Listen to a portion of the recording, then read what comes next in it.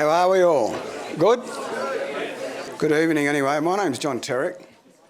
I'm an elder of the Wurundjeri Corporation, and feel pretty privileged to be getting around and conducting welcomes and welcoming people to wherever they're gathering. And we get a bit of time to share our culture,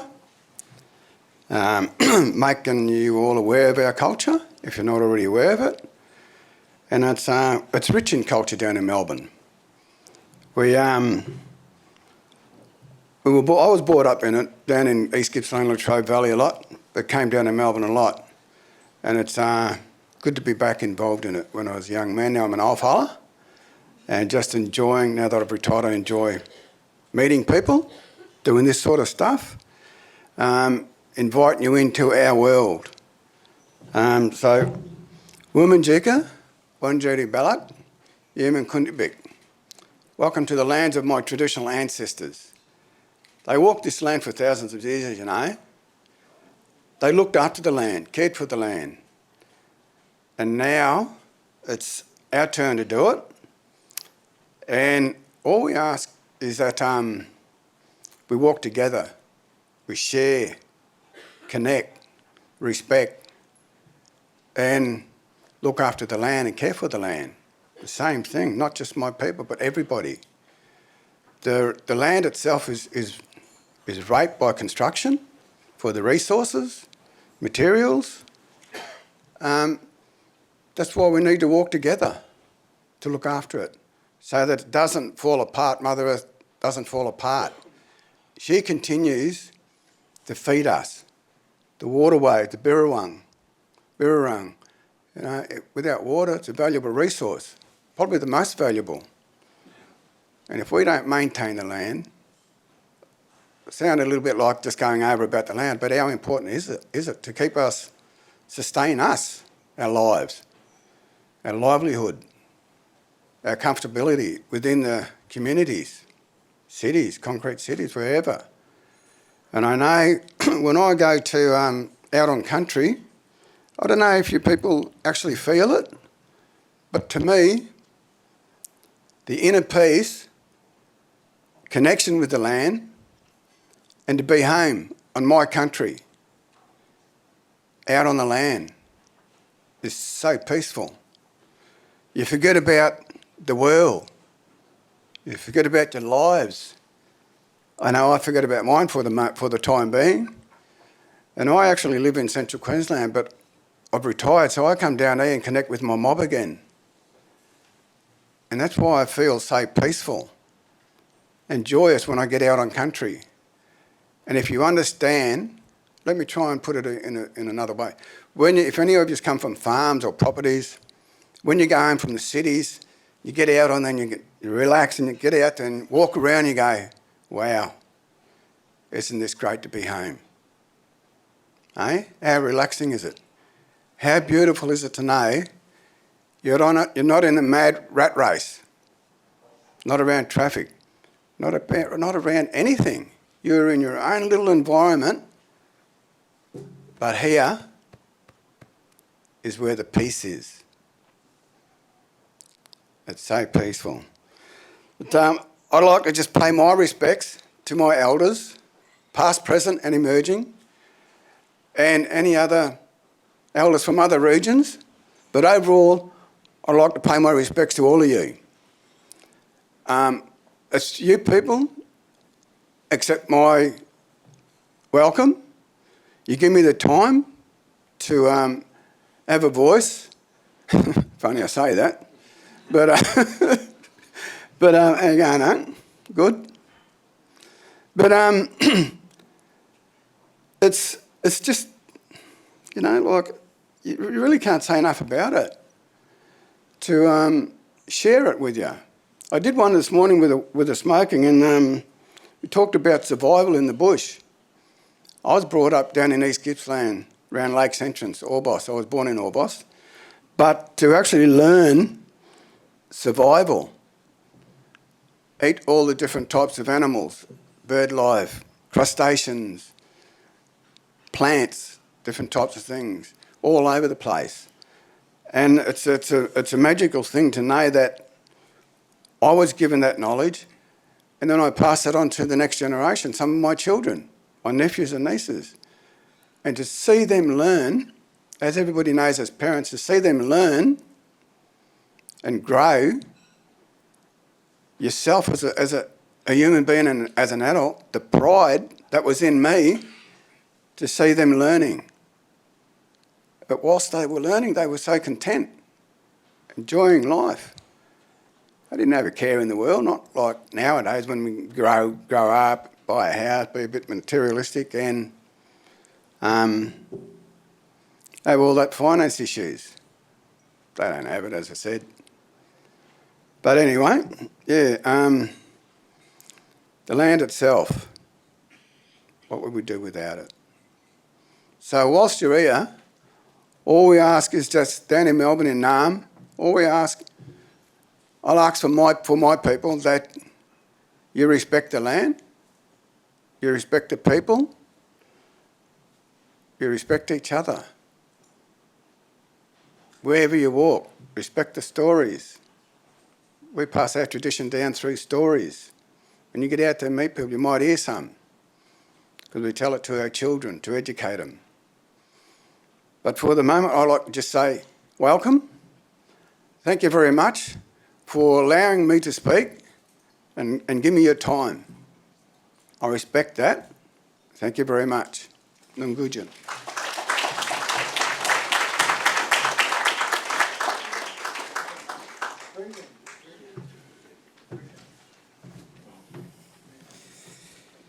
Chancellor, Vice-Chancellor, esteemed elders, colleagues, students, friends and guests, welcome to the launch of Dhoombak Goobgoowana, A History of Indigenous Australia and the University of Melbourne, Volume 2, Voice.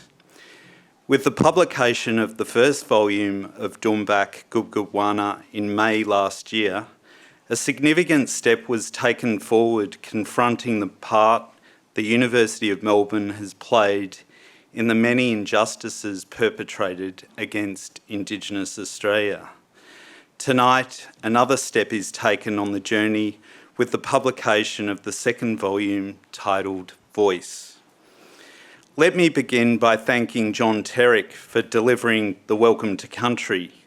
Your generosity in welcoming us to your traditional lands which were never ceded, I acknowledge with gratitude and appreciation. In recent years, significant progress has been made towards establishing a relationship with the Wurundjeri Woiwurrung Cultural Heritage Aboriginal Corporation. This has been achieved thanks to the expertise and leadership of Uncle Bill Nicholson Jr., who leads the Wurundjeri Education Program.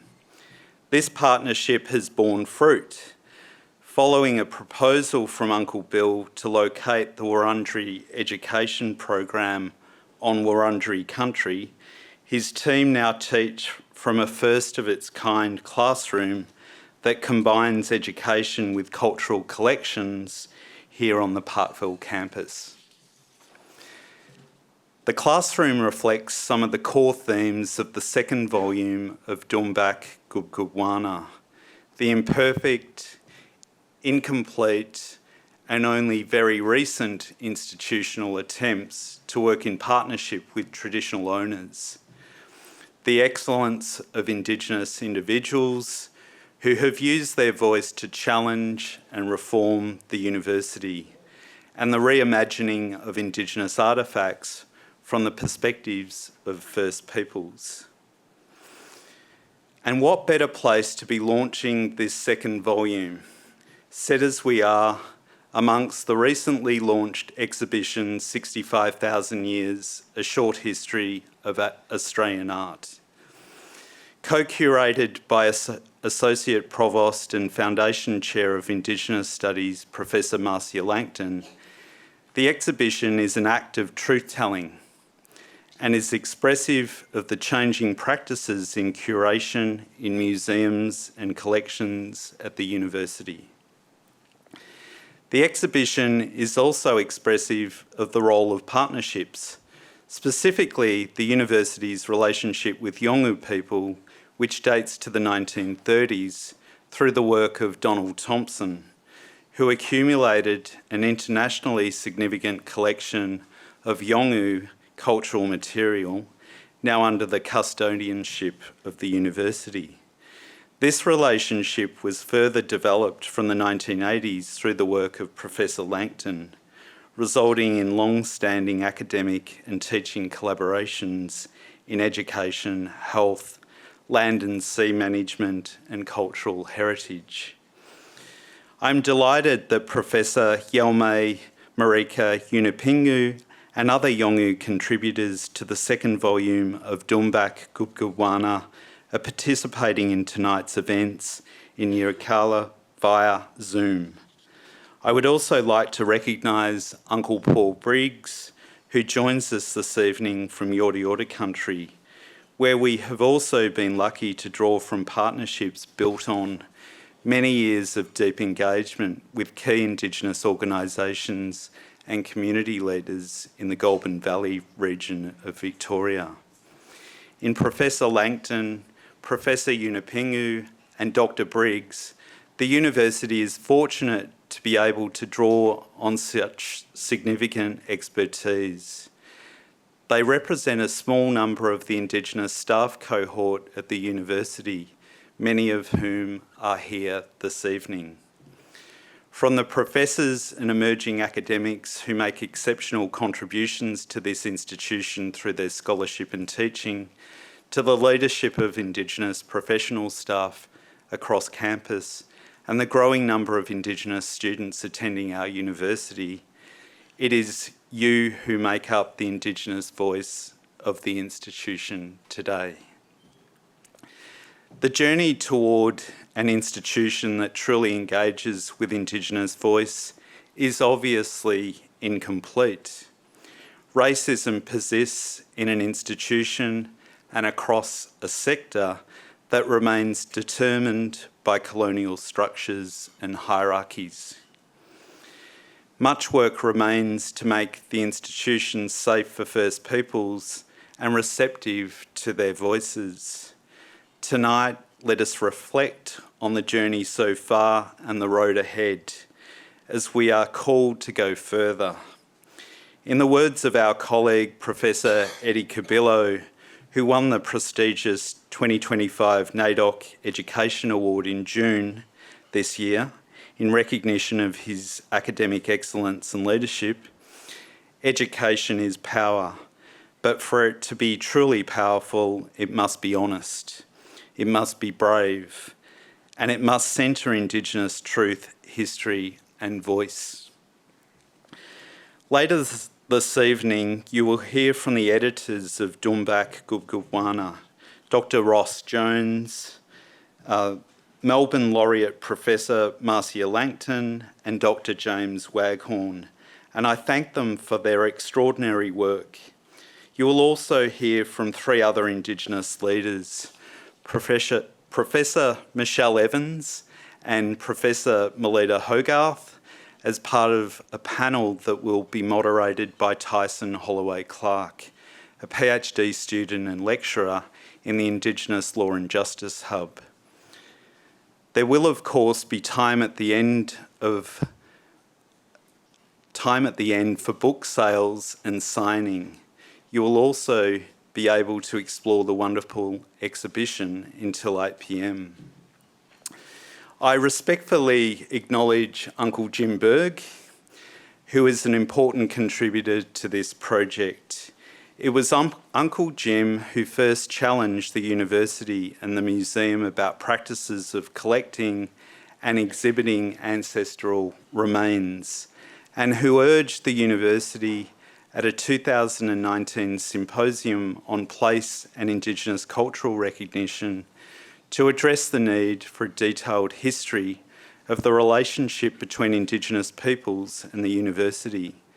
We owe an enormous debt of gratitude to you, Uncle Jim. Thank you.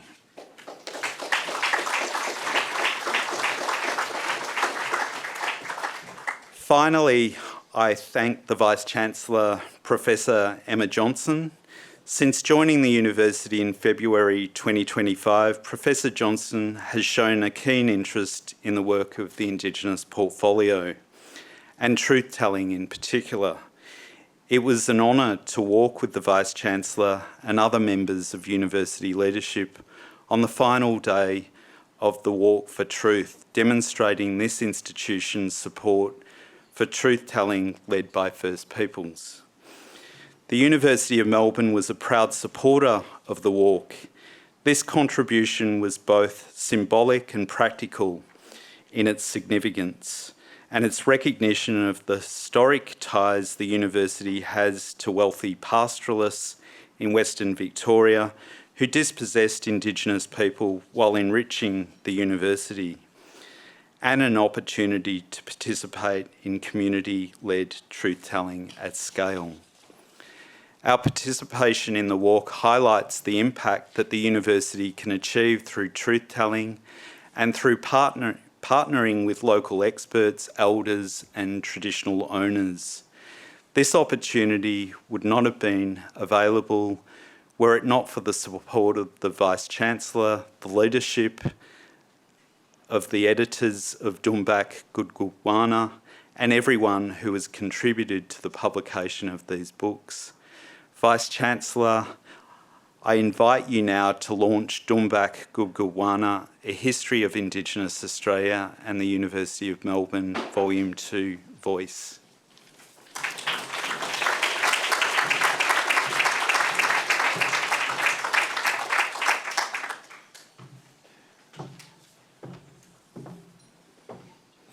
Good evening, everybody, and what a wonderful crowd it is out there.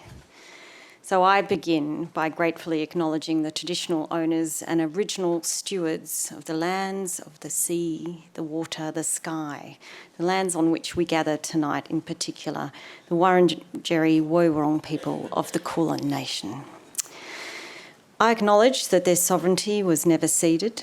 I acknowledge their elders past and present, and all Indigenous people here tonight.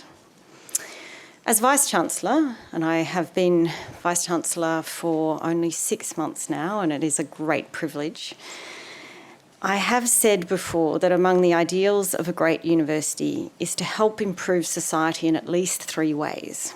First, we contribute to strengthening democracy by building stronger connections between people based on the pursuit of truth and respectful debate.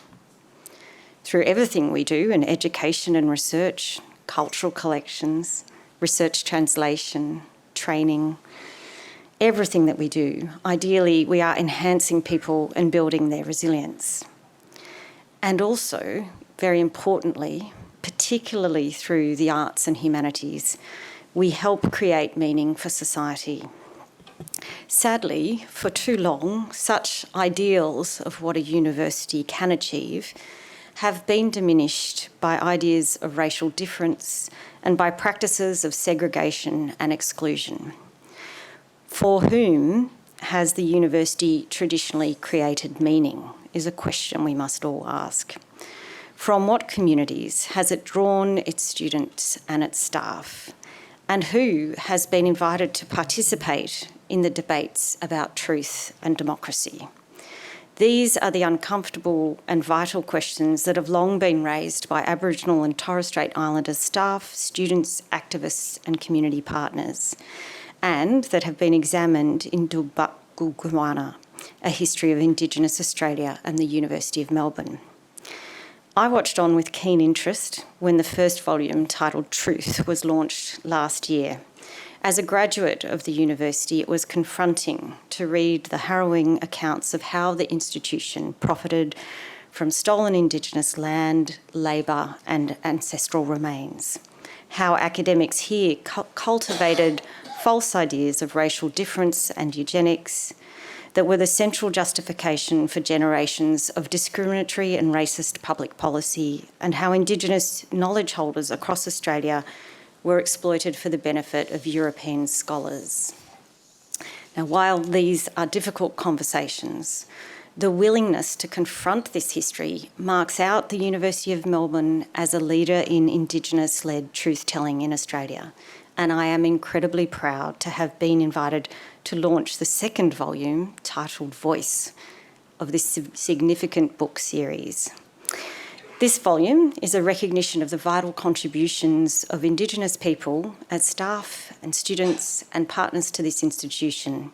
It's about the agency of those early trailblazers who overcame terrible obstacles to establish an Indigenous voice at this university. This work is not finished. Much more remains to be done. I'm very grateful that many of these people are in attendance tonight. Melbourne Laureate Professor Marcia Langton, Uncle Jim Berg and Auntie Kylie, Professor Yalme Yunupingu, who joins us online somewhere. Hello, Yalme. We were just meeting last week. And other members of the First Peoples Advisory Group, Uncle Bill Nicholson, Professor Uncle Paul Briggs, Auntie Kerry Romney, Lorraine Padgham and Uncle Graham Atkinson. I'd also like to thank all of our current Indigenous staff and students at the university. Your breadth as a group across undergraduate, postgraduate and doctoral studies, and I've just met Tyson this evening who's almost finished his PhD. Your breadth and depth in all of those areas, and as I must say and recognise, in every faculty across the university, both as academics and professional staff, and in the parts of this land that you come from and the depth and richness of the knowledge that you bring here, they are all very, very welcome. And finally, I'd like to thank the editors, Dr. Ross L. Jones, Dr. James Waghorne and Professor Langton, and all of the contributors to this second volume of Dhoombak Goobgoowana. I want to thank you for your determined and careful work. Both volumes are notable for their scholarly work, their rigorous research standards and the quality of writing, setting a standard for Indigenous-led truth-telling across the country and indeed beyond. The cover photograph for this second volume, if you haven't seen the book or seen the little pamphlet that we have, this photograph shows Wurundjeri elder Uncle Bill Nicholson teaching students as part of the subject that Barry recognised. This has been taught since 2020, called On Country, On Campus Wurundjeri. It was co-designed, it was co-developed and with Wurundjeri to explore what it means to be on country, providing understanding and academic engagement with the knowledge systems and boundaries as maintained by the traditional owners of the Melbourne area. And that is an example of how the ideal purposes of a university to create meaning, to enhance resilience and to strengthen democracy through education and research. That is how it is realised through the work of truth-telling and partnering with First Peoples. So tonight, we welcome the second volume of an important work of collaborative history writing. And I now take pleasure in officially launching Dhoombak Goobgoowana, A History of Indigenous Australia and the University of Melbourne, Volume 2, Voice.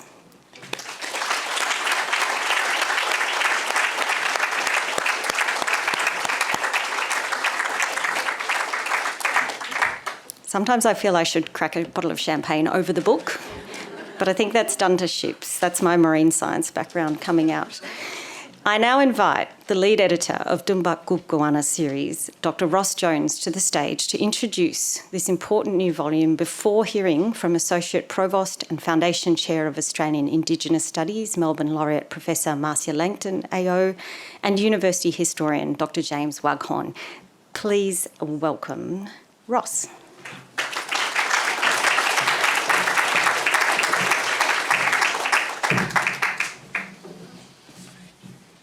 Thank you, Professors Johnston and Judd, for launching our book. Standing here, it feels as though this beautiful space has been recolonised by all the wonder and pathos of the Indigenous cultural items around us, and by so many wonderful Indigenous people. I pay my respects to you all and to the traditional owners of this land. I well remember the beginning of the project, which involved Professor Duncan Maskell leaving a symposium on the 29th of November 2019 with the parting shot. He literally said it as he walked out, "We need a history." This was in response to Uncle Jim's very stirring speech earlier. COVID intervened, and then at the end of 2020, Margot Eden and Professor Richard James invited me to write a small book about the history of racism and eugenics at the university. I was funded for 2 days a week for 12 months. Some months later, along with the co-opting of fellow editors James Waghorne and Marcia Langton, the enthusiasm for a much larger project was easily justified by the huge outburst of interest from all corners of the university. So what started as a seed has grown into the 2 volumes comprising 1,000 pages with 90 contributors, all overseen by 3 part-time editors. I will leave it to James and Marcia to speak briefly about how we have imagined and put together the 2nd volume voice, and perhaps discuss volume 3. But I want to put it on the record that I find it impossible to thank James and Marcia enough. All 3 of us have brought different skills and experiences without which this work would not have been possible. Working with them has been both a career and personal highlight. Another highlight was working with Margot Eden, who was instrumental in getting me employed and growing the project. She also made a major contribution to the collection of material from the last 30 years and has written excellent chapters on the recent Indigenous staff and students at the university. Thank you, Margot. And thanks to her support staff, Ben Pearce, Kate Roy and Mark Stern. Starting so small and finishing so large involved the continued support of the Vice-Chancellor and Provost. We can't thank Duncan and Nicola enough. Just as an aside, Adelaide could do with one, I think, Nicola. Also, along with the support of the Indigenous leadership, Professors Barry Judd and Sean Ewan, James and I would like to thank the Centre for the Study of Higher Education for housing and supporting us most generously. We thank Professors William Locke, Sophie Arkoudis and Chris Laguris. The hallmark of a project such as ours, which prides itself on academic rigour, requires the critique of our academic peers. We have been incredibly fortunate to have been able to borrow the critical eyes of Dr. Carolyn Rasmussen and Professors Richard James, Peter McPhee, Richard Broome and Ian Anderson. Their criticisms certainly improved the book, and if we had disagreed on very few occasions, they cannot be held responsible for our ignorance. I would also like to thank Doctors Carolyn Rasmussen and Simon Farley for their considerable research contributions. The wonderful product you will have soon before you, I hope, is due to the skill and knowledge of the terrific people at Melbourne University Press. Mind you, they had as an incentive as the press has produced a few dubious publications in its deep past, as discussed in the book. All bow to Catherine McGuinness, Fung Ling Kong, Jackie Money and Paul Schmitz, and all the others behind the production and excellent promotion of the book. I would also like to thank the organisers of this event, the staff of the Indigenous Portfolio and the Communications and Events team. Finally, I wish to thank all the contributors. How can one sum up their achievement without sounding as if one were falling into hyperbole? All that I would say would be true, however. What you have collectively written is now in stone. I shall now pass the baton to my fellow editor, Deputy Provost and Distinguished Professor Marcia Langton, who needs no introduction.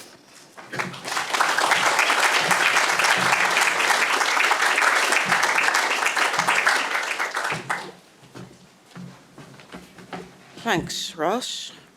Thank you to our Vice-Chancellor, Professor Johnston, for launching the book.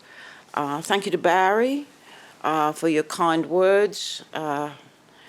Professor Judd, our Deputy Vice-Chancellor Indigenous, And thank you to John Terrick for a very warm welcome to Wurundjeri country, where we work and live, and well, at least I do, and enjoy very much the beauty of the environment about which he spoke so lovingly. I want to first of all say what a pleasure it has been to work with Ross Jones and James Waghorne, the first and second named editors and prolific contributors to both volumes. We formed a team fairly quickly, and I think, have we ever disagreed on anything? I can't remember a single disagreement, except for very minor details. And the result is that because they are such trusted historians, the contributors who responded to the invitation to contribute include the great and the good from across all faculties except for the Faculty of Law. And I'd like to draw attention, as I'm in the medical faculty, to chapters by Hugh Taylor and Simon Farley on eye diseases in Indigenous Australians, Anemda by Janet McCalman, and Julie Satour's chapter Oral Health and Aboriginal and Torres Strait Islander People, the Melbourne Post Centre for Indigenous Health by Shawana Andrews and Odette Mazel. You'll note that at various points we mention the contributions to the University of Professor Ian Anderson, whose role as Deputy Vice-Chancellor engagement at this university created a quiet revolution and a rapid escalation of recruitment of Indigenous staff and students. And we are all in his debt for his imaginative, strategic thinking. Those who followed in another role of Deputy Vice-Chancellor with various names after it in brackets, Sean Ewan and then Barry Judd, were able to take the baton from Ian and develop further strategies and policies that have embedded Indigenous knowledge systems, the place of Indigenous staff and students in the university, and also a strong and robust spirit of collaboration, especially in our many collaborative research initiatives. So I want to talk also about the many partnerships with Indigenous people that are documented in various chapters. I want to acknowledge my my younger sister, Professor Yalmay Yunupingu, and my other Yapa and family at the Yirrkala School and at the Lanapoi Homeland School, who worked with Bernadette Murphy on the chapter Jumbach Duka, Yalmay Yunupingu, Jawandil Maimuru, Mundajingu Munungor, Shanae Thorne, Mulmulpa Munungor, and Mirkuoi Ganamba Stubbs. Thank you so much for all of the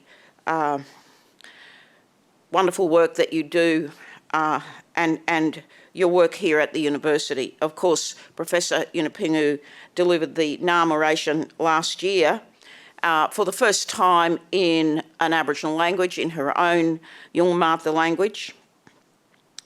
I want to also acknowledge the work of Peter Vesk, Gert Bossinger, Janet Herkt, and Mr. W. Rioli, Senior, now deceased, Kate Haddon and John Hicks, now deceased, on the chapter Ngawura Luarajiri Ngiramini, and also another chapter on the Yambibra schools and the Faculty of Education by Murphy, Gunnabar Stubbs, Yalma Yunipingu and Lombinga Munungur, Understanding and Valuing Yolngu Ranger Work, Margaret Aird, Jolinda Yunipingu, Jonathan Wern, Mundaka, Marika and Araruan Maimaru. What an extraordinary, rich collaboration this has turned out to be after so many years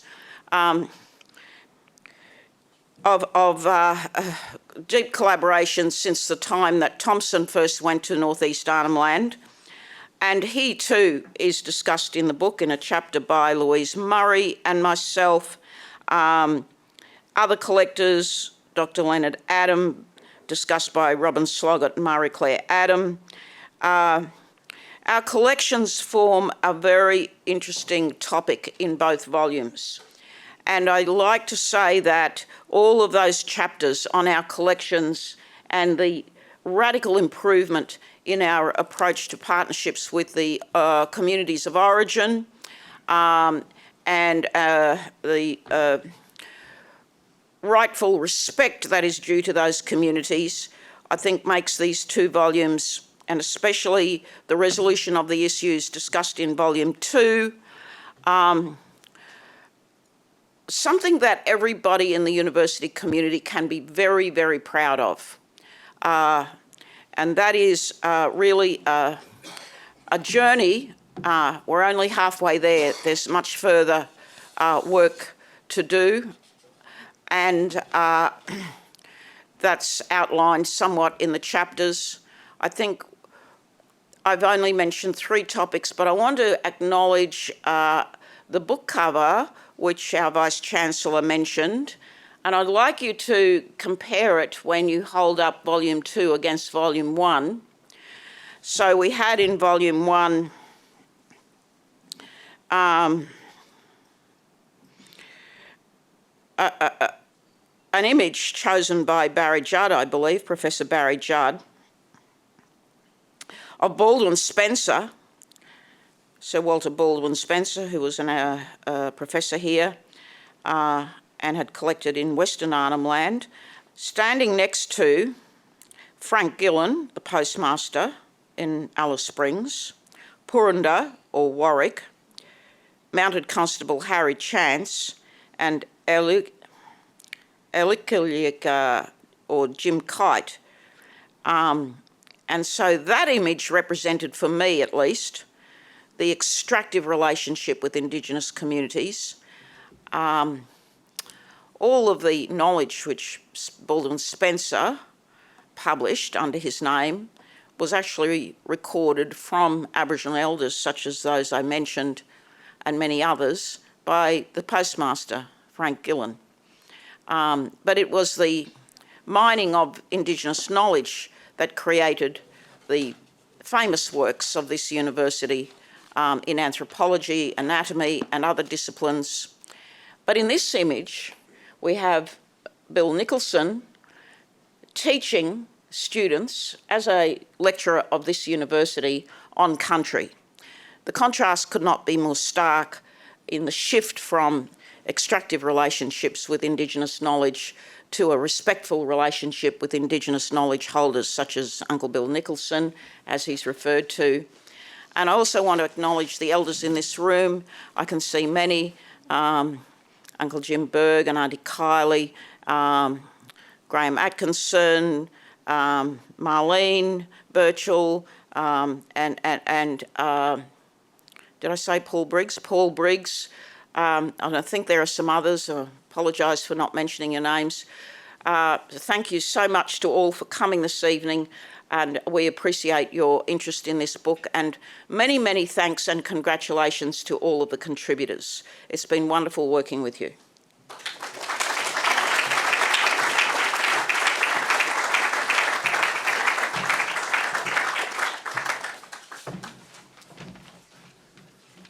Well, thank you very much, Marcia. Thank you to Professors Judd and Johnston for launching our book.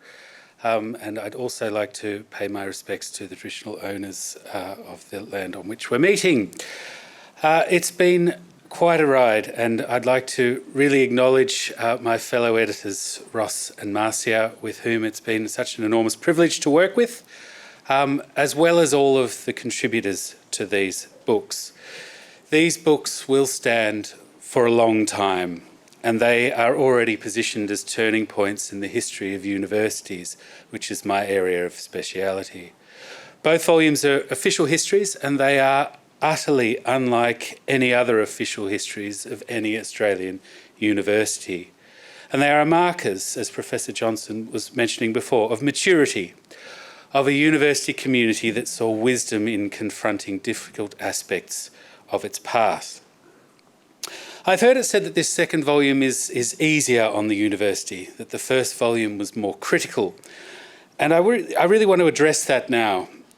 For both the criticism of the university and the praise of it, both seem like fairly idle exercises to me, except to the extent that they support an understanding of the university. And that, coming to an understanding of the university, has been the guiding star of this project throughout.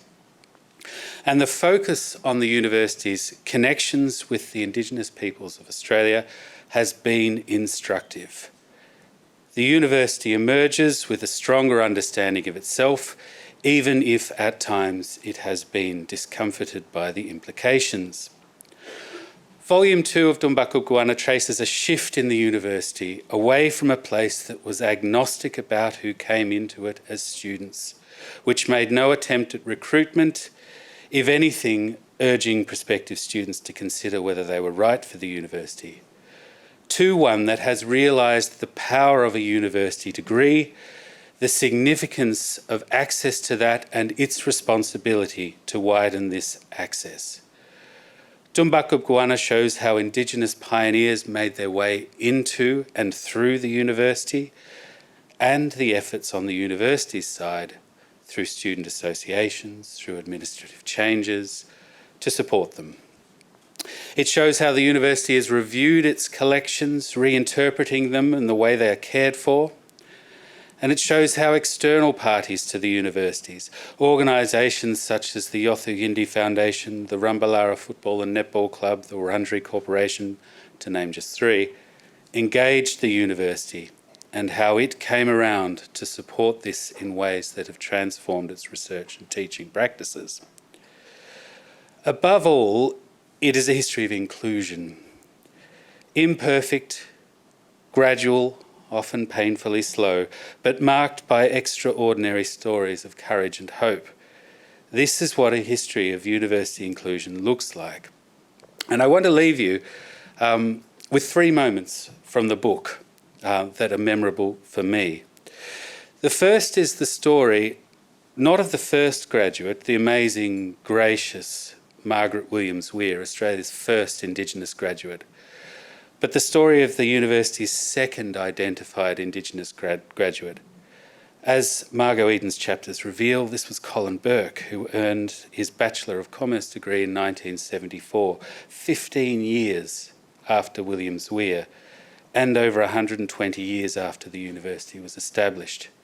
It's almost in my own living memory, which is staggering, and it shows just how slow the pace of change can be. The second is the story of ABSCOL, which is a student organisation that aimed to provide scholarships to support Indigenous people to go into the university, about which I've written.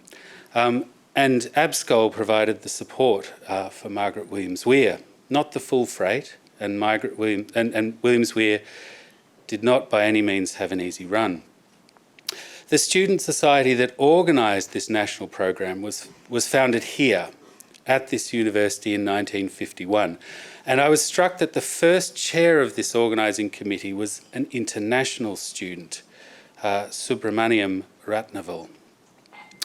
And Ratnaval was so outraged by the advent of apartheid in South Africa and was so inspired to try and boost connections between Australia and Asia that he like some of his peers, turned to challenge Australians' own internal barriers, the injustices that were accepted as a matter of course. The third memory for me is the story of ANEMDA, the Koori Health Unit, about which Janet McCalman writes, set up in 1997 by Warwick Anderson and Rhonda Galbally, with Ian Anderson as its inaugural director. We've heard about Ian from many of our speeches. One of the university's first Indigenous medical graduates. And in preparing this book, I read Ian's Boyer lecture from back in 1993, where he spoke powerful words. Koori life experience and medical practice are not diametrically opposed.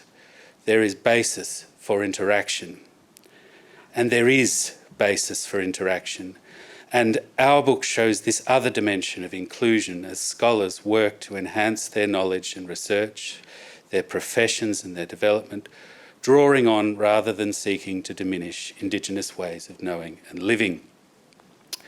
So the subheading of this volume is Voice, and it takes up the challenge of finding the Indigenous voice in the university's history and amplifying it, but also challenging it and engaging with it critically in the spirit of scholarship and academic learning. So to end the final part of our presentation, we feel it is important symbolically that our launch conclude with Indigenous voices. And so we are going to be joined by a panel of the university's Indigenous leaders and contributors to the book. Our co-editor, Associate Professor, Distinguished Professor Marcia Langton, the Director of NUNGA, in my own faculty, the Faculty of Education, Professor Melitta Hogarth, and the inaugural Director of the Dillandua Centre for Indigenous Business Leadership in the Melbourne Business School, Professor Michelle Evans. They are joined in conversation by the incomparable Tyson Holloway-Clarke, whose reputation was made from a career as a student leader and who is a leading light in the university's Indigenous Law and Justice Hub. So please join me in welcoming our panellists to the stage.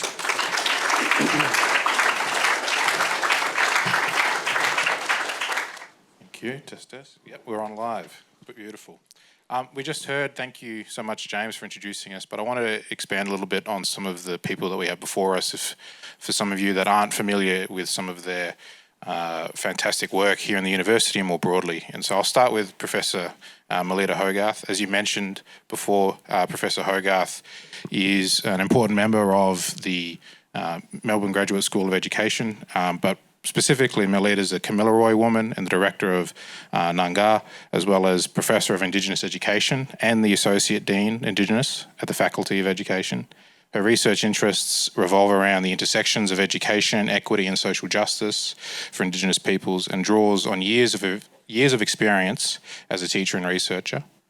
Professor Michelle Evans, just to my right here, is the inaugural director of the Dillandua Centre for Indigenous Business Leadership. She holds a professorship of leadership at the Faculty of Business and Economics and the Melbourne Business School. Michelle is an associate dean of Indigenous at FBE and a co-founder of Australia's #1 Indigenous Business Masterclass program, Melitta, based in the MBS. If you've read her chapter, you'll hear a lot more about that, and we'll ask more questions later. But also, one of the most important things personally for me was the founder of the Willan Centre down at the Indigenous Arts and Cultural Development Faculty at the Faculty of Fine Arts and Music in the Victoria College of Arts, where my sister managed to get a lot of great support out of Willan. And so it's a huge, huge accomplishment and a huge contribution to the student experience at Willan and at VCA. So I wanted to shout that out. And of course, more introductions for Professor Langton aren't probably necessary, so I'll move along. But with that, I wanted to start with Michelle, with my papers in front of me. Your chapter with Ashlyn, Francisco, Mitchell Hibbins and Lan Huang concerns important matters of economic self-determination and Indigenous businesses and how they operate. this might be a really big question, but I think it's incredibly topical given the national conversation in the last few weeks. How would you describe the future of Indigenous economic self-determination, and what impacts do you think it could have in reshaping our economy and nation? Thank you, Tyson, for such a wonderful question. I think this is a changing time that we are in. We're seeing more and more individuals, families, groups, communities, corporations coming together to think about the economic engine that will be a part of setting about innovation through including Indigenous knowledges and Indigenous relationality and kinship through an engine of business. Having an economic base is absolutely crucial to ensuring safety for country, to ensuring energy sovereignty, to ensuring that self-determination in action is happening. We have got Indigenous business leaders across Australia, more than 20,000 individual businesses and corporations that are out there employing Aboriginal and Torres Strait Islander people. This idea is an incredibly exciting idea, and I think having an economically self-determined Australia is what we need right now. We have put, so many of our ancestors have put all of the building blocks in process: cultural power, political power, native title, having access to country. Now we need to enhance our economic power to be able to safeguard the future generations. Thank you. Melitta, this will loop back to this topic, but I wanted to ask about, you write about the Indigenous research leadership programs in your chapter with Sarah French and Marcia. Reading through this chapter, I saw a really impressive list of contributors to those programs, and a lot of people volunteering their time as well. From not from just the education perspective, but from a lot of different academic disciplines as well. And through that building of capability and supporting the next generation of students, it's clear to our experts, our professors, the importance of investing in our young people to make sure these futures eventuate. So I wanted to ask, in your perspective, looking ahead to the future, what is the role of education in fostering this leadership? And then how must our institutions adapt and evolve to accommodate and provide for that education? Thanks, Tyson. In regards to the first part of your question about education and leadership and the role of education in leadership, I feel that it's a critical step of education. We have, as an educator who works within the Faculty of Education, we have a role with our youth from, well, even before. If we look at educating or to educate, it happens at home. So you've got the family as first teachers, teaching about the rights and wrongs and cultural transmissions and so forth. And then we start the more institutional learning of schooling and early childhood. And so we're essentially starting the leaders from the very beginning. Our roles as educators is producing the next lot of leaders. The chapter more specifically that I share about is about the professional certificate in Indigenous research and the graduate certificate in Indigenous research and leadership. And that program that has been within the university now for close to 20 years, hey Marcia? So it sort of started about 22 years ago, and then it was actually Professor Anderson who got them accredited. Yeah. And so those programs have been actually bringing together Indigenous researchers and, in particular, HDR students, and bringing them together and creating cohorts of Indigenous leaders.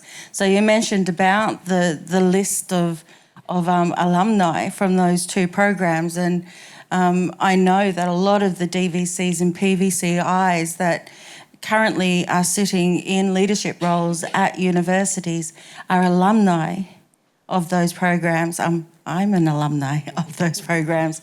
And knowing just the way in which it allows for us to have that cross-connection of understanding and leadership from various disciplines. So in my cohort, there was people from social work to health to arts, education. And so just knowing people from across the nation who are sitting in other universities, it really created a great cohort. I mean, I'm looking out and I'm actually seeing some of my cohort members from the professional certificate, knowing that work and the way in which education there has produced leaders.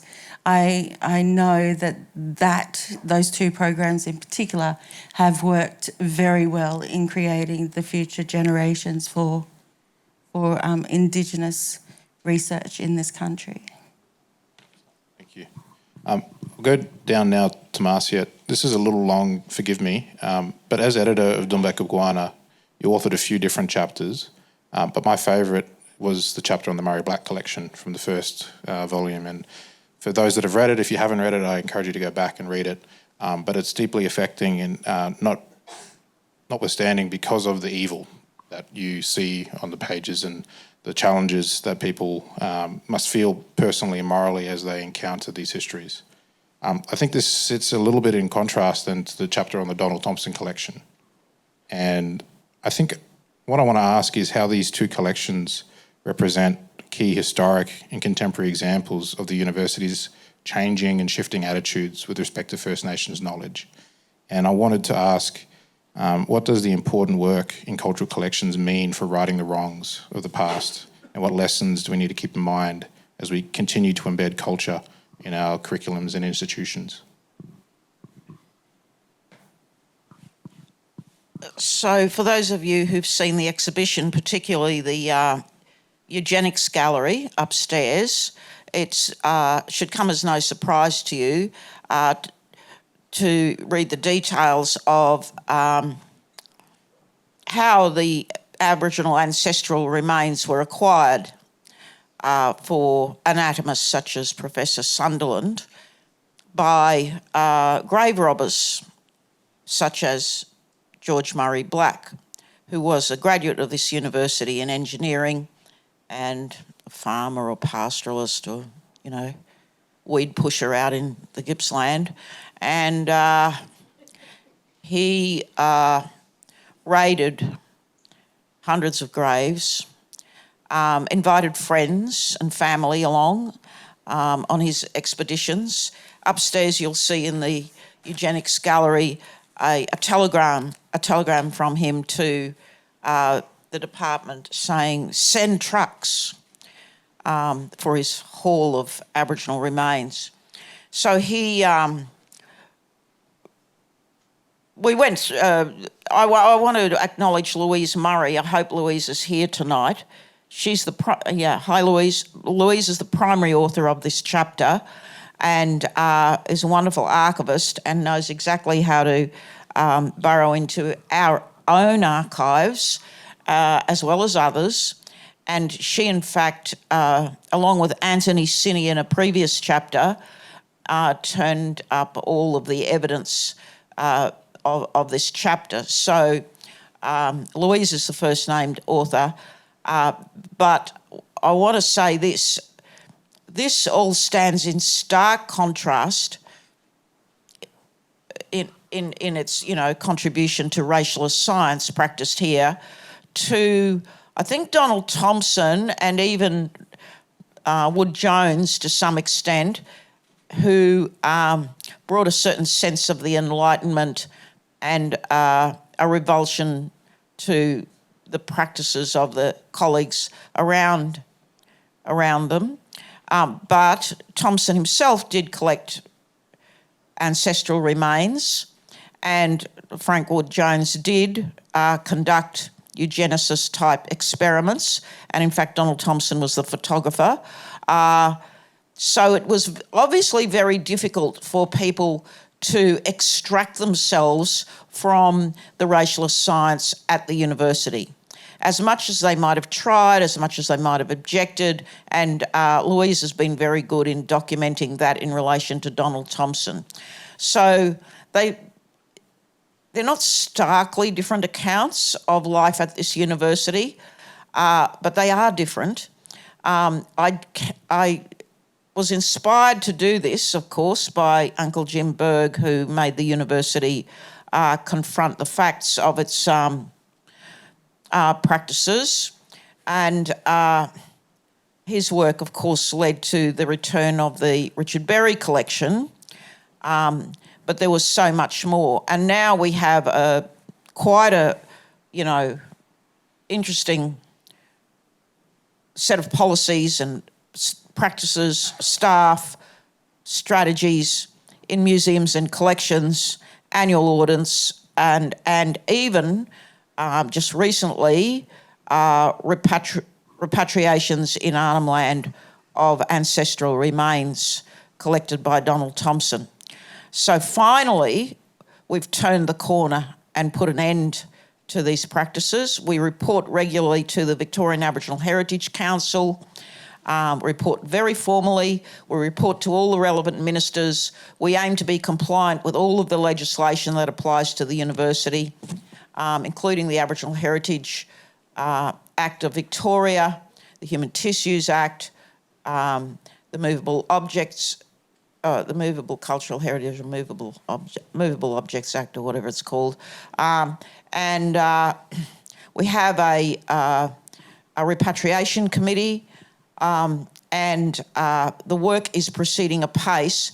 And I got a phone call the other day from one of the elders in Arnhem Land, Keith Lapalung, who actually gave some rare words of praise for the work that the university is doing in this regard. And the relationships with the communities is in this matter is greatly appreciated. So there's a lot more work to do. It will probably take at least 100 years to do it all. So I'm very grateful to Louise and previously Anthony Sinney, who just escaped NARJA and went over to ASIC, but he was a fabulous intern with us, legal intern.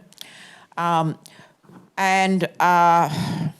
particularly the archives staff, and Stella Maher I want to acknowledge for, very diligent work and annoying emails from us.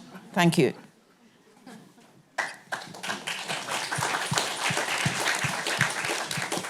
I wanted to now go to Michelle and Melitta, stepping off the back of that. Seeing the first volume come out, having an opportunity to absorb the reaction to it, also recognising the university's interest in doing this and hearing about a second volume. I wanted to ask, how does it feel, how does your perception of the university change when you're given an opportunity to contribute to the official history and to make sure that the stories that you're both a part of are recorded appropriately, properly, and through your own voices? What does that opportunity mean to you two? Thanks, Tyson. I think it's an incredible opportunity, really, because a lot of the time, certainly I'll just talk for myself, my gaze, my connection is to community, to students, to the business sector or the arts sector before when I was at Willan. We're doing work, we're working together in collaboration. And it doesn't seem like it makes much headway, much cut through, and we feel the resistance and the pushback in an institution like the University of Melbourne. It is about how we come together and support each other as Indigenous colleagues, and we've got an incredible Indigenous colleagues to be able to find that with our governance boards, with our communities, with our Indigenous alumni, with our own families. That's the way that we stay motivated and committed to what we're trying to do here in the face of often the institution's obdurate self. It just feels very difficult to change sometimes. And then there's lots of change, you know. The first time I came to the University of Melbourne was in 1993 for an National Indigenous Women's Conference. And that was an incredible time to come from the regions of New South Wales to this incredible place. And I always wanted to come here because there was such a momentum, such a student voice, to be a part of that, to harness that, and to work with such incredible Indigenous colleagues and to watch that build over the years. 30 years association is just, it's so exciting. Even within a very difficult structural place like the University of Melbourne, a sandstone university, a G08 university in Australia, we are leading now in Indigenous leadership across many of our faculties. We've been leading for years and tens of years and tens of years. And I think that to get that story out, to have those voices talked about all that work, that is brilliant. Just continuing on from that, very motivating. I think for me, it's been a privilege and an honour to be able to pen some of the story of particularly the professional certificate and graduate certificate in Indigenous research and leadership, knowing the impact that program has, particularly knowing the history of it over 22 years, knowing that the ways in which it's engaged community from across the nation coming together, and my small part, both as a student within the program itself, but also having the leadership of those programs, supporting Dr. Sarah French in delivering those programs. And there's been a lot of others that have been involved in this work, and just being able to share that story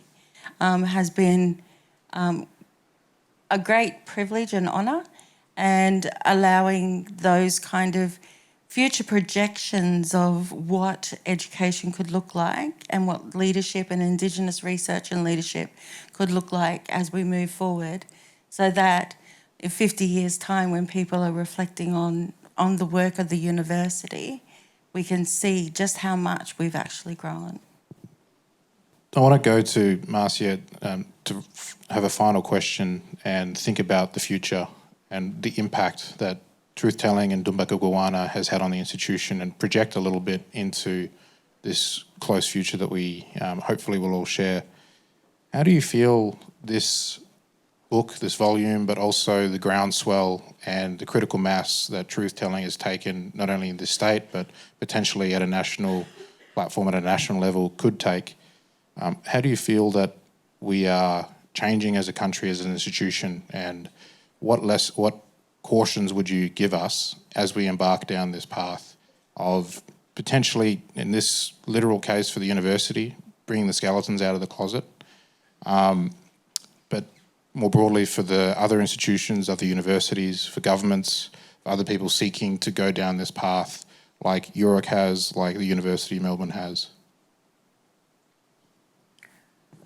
So these two volumes are the work of three very collaborative editors, about 90 contributors, very committed support from Chancellery, first from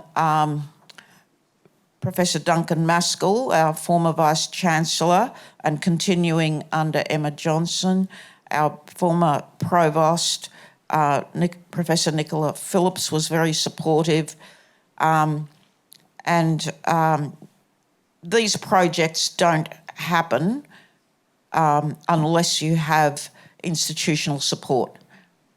That's not to say that everybody was supportive. There were a few defamation letters flying around even before the book was published, and some, a lot of whispering at morning and afternoon teas, that's how politics is played in the university, long before it gets to academic board. And, I want to acknowledge the great scholarship and rigour of Ross and James and their courage. Lesser people would, fold in the face of some of the opposition that we had, but they didn't, because, as they kept saying, it's on the public record. It's on the public record, and, it was always there for everybody to see.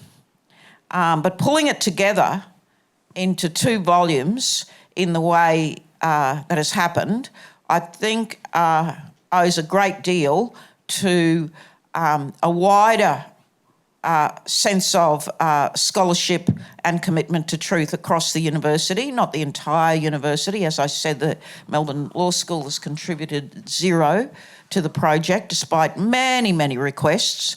And so perhaps in the future, it's up to the Melbourne Law School to cooperate with the truth-telling project that Professor Judd has launched to tell the truth of the legal history of Australia and the Melbourne Law School's role in it,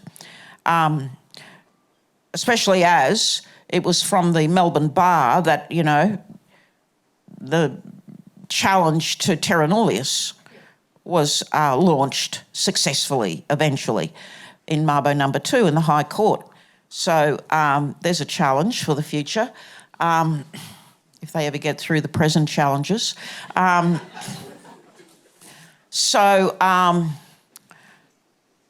It does take a big community of people and to put this all together, but I think both Michelle and Melitta have mentioned something very, very critical to the whole exercise. I haven't done a head count, but I would think that we have at least 30% Indigenous contribution to these volumes. And we have at the University of Melbourne, as Michelle said, by far and away the best, most substantial and long-standing Indigenous professoriate in Australia, possibly the world. We have a very high number of Indigenous academic staff, Indigenous professional staff, and we are growing our student numbers. They're not the highest in Australia, but we do have a research track record that is also the cause for some celebration. And in the university sector, that's what really counts, along with publication track record. So our professoriate hit way, what do they say? Punch above their weight. And while it's not generally recognised in Australia that this is the case, nor is it even recognised in our own university, I would suggest here amongst friends that it's a very good strategy to fly under the radar and be a little, Confucian about it, always stand in the second line of soldiers rather than in the first, because the first are always the one to be taken down first, right? And it's by working away quietly and diligently that we've made these achievements. Not many people know about the great work of Melitta and Michelle. At one committee meeting I went to recently, I was asked, where are the Kooris? There are no Kooris. Well, we actually have Koori professors right here, sitting in between us, Tyson, and others also. I saw Professor Michael Sean Fletcher here before, and, so many others. And, we don't hit the front pages of the Sun Herald not unless Andrew Bolt's got a bee in his bonnet. But I think we produce so much important work, and it's so highly respected across the professions and the disciplines. Mostly people don't even notice now that our professors are Indigenous. We have epidemiologists like Sandra Eads, Kath Chamberlain, Shawana Andrews, who's the director of POSH. You see their names on journal articles. Who cares if they're Indigenous or not? The work is, extraordinary. So I think that's very important to say. Excellent. And on that note, I wanted to thank all three of you, but also all of the contributors and all of the other Indigenous professors, associate professors, lecturers, what have you, whatever title you might take on your university signature and email. Thank you so much for not only lighting a lot of fires within the hearts and the minds of students, but also in the spirit in which you all share. One of the things that I really took from the chapters that you had both written, but also in the long work of Marcia and your contributions to the university, this is a space and place in which sharing and caring is very important. It's not the only thing that we worry about. We, of course, maintain high expectations and standards, but people are given the opportunity to rise above whatever circumstances they arrived at the university with, and to make themselves into something new and different. And I've been very privileged to be a student, not only of Melitta and of Marcia in different ways, in reading and participating in my classes, but it must be said that the culture of support and the culture of excellence that is led by the three people on this stage, but also all of the other Indigenous professoriate that was just mentioned, is exceptional and very special, and has played a huge part of my life. So thank you so much for that, and join me in congratulating all of them for their contributions.